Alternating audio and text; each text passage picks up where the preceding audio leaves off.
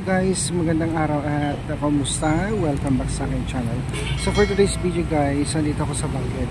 Susundin ko na yung mga girls kasi po ito maulan na yung Abra. Nandito na yata yung apektado na kami ng bagyong paparating. So medyo maulan at makulimlim na yung Abra. So ngayon guys, tingnan natin yung mga girls, si Dali at si Irene, kasi meron silang practice. So ito na yung Kapitolyo ng Benguet. So andun guys, kung makikita nyo sila, ayun si Dali, yung nakatalikod na blue, ayan siya. Si Irene nandun sa kabilang side, siya yung nakaupo doon guys. Ayan si Irene. So magpa-practice sila guys para sa kanilang program sa school. Hindi ko lang kung intrams ba yun guys. So ayan. Si Badiday naman, eto, nasa loob na siya ng tricycle at inaantay namin. Nauna siyang lumabas. So ayan guys, makulimlim talaga yung Abra. So ito yung Kapitolyo namin guys. Ayan, Kapitolyo ng Abra. At ito naman yung kanilang plaza. So medyo malawak. So dito nagpa-practice yung mga dalawa kasi po may bubong. Ayan. Meron naman doon covered court, nga lang may naglalaro ng basketball.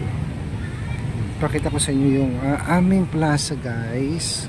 Ito yung grocery store, JTC, at ito naman yung kanilang munisipyo dito sa Benguet. So ayan, so antayin na lang natin matapos ang practice nila. So maya maya uuwi na kami at sana hindi bumuhos yung malakas na ulan dito sa Abra. So ayan guys, Badiday nasa loob ng tricycle. Ayun, nag-aantay na lang kami na lumabas or matapos yung dalawa guys. Tumutunog na yung Cathedral Church. Alas 5 na yata o alas, hindi ko alam kung anong oras na guys. So hindi pa tapos yung dalawa. Sabahan nyo guys, pag uwi namin sa bahay naman PB Lab, maya maya konti.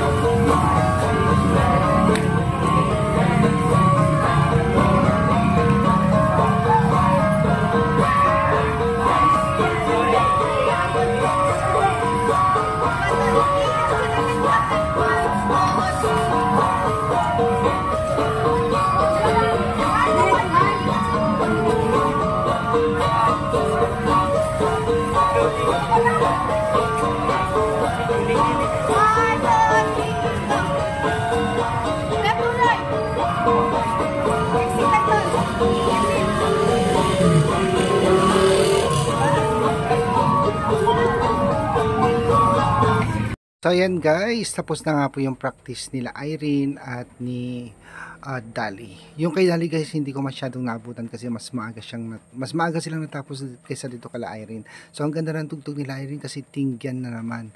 So abangan natin guys yung total performance na gagawin ni Kumaring Irene sa kanilang darating na program dito sa kanilang school sa Upper Valley College. So, yan guys, aktibo pa rin si Kumaring Irene sa lahat ng activity na ginaganap sa kanyang school. At good luck sa iyo Irene and more practice pa. So ngayon ay tapos na po yung practice namin ng tingyan. Hey! So yan nga po guys, tapos na yung practice ng dalawa, itong si Irene at si Dali. So kwentuhan muna tayo ng konti tanungin natin kung kailan gaganapin yung kanilang ay papalabas. Para saan yung ginagawa niyong practice? Performance task. Kailan yung gaganapin? Sa amin baka sa Bernice. Pero hindi pa kasi marami kami kuya doon. Kasi group 4 kami. Saan namin? Kasi yung ginagawa namin itong performance test namin, parang sabi ni ma'am, parang hindi na kami mag-i-exam, yun na lang yung namin. Parang yan na yung exam namin. Yung mga ganun na ginagawa namin.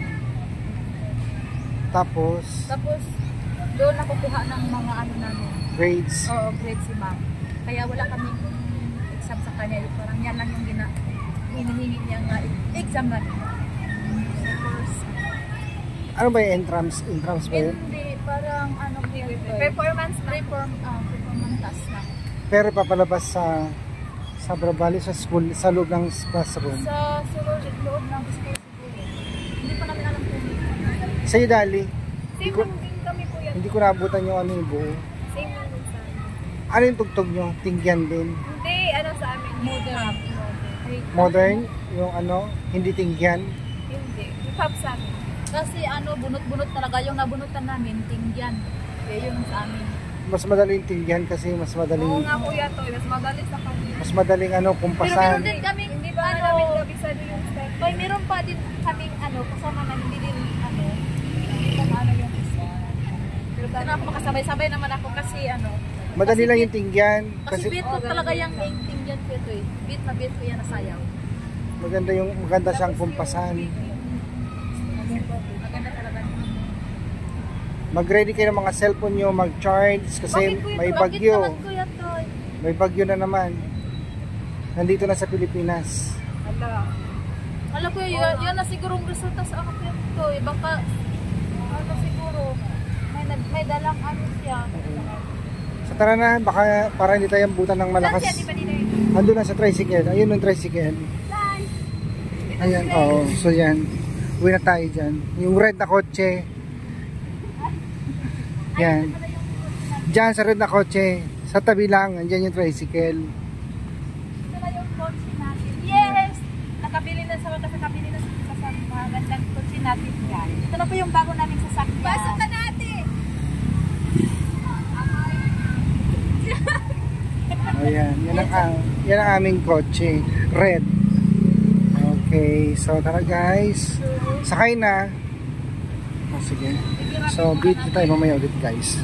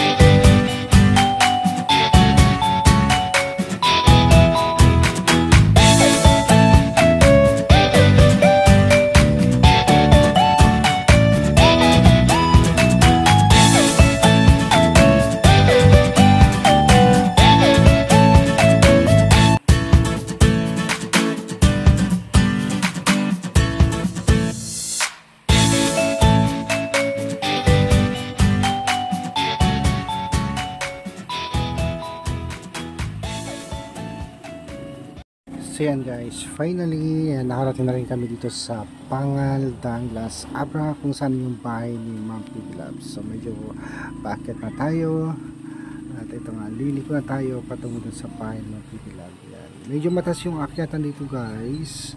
Ayan, so kailangan natin bumuelo para makaakyat tayo dun sa taas. Ayan. Ngunit subalit datapwat, ayan, hindi kinaya ng tricycle dahil ang bigat ni Bandiray guys, sobra. Ang bigat.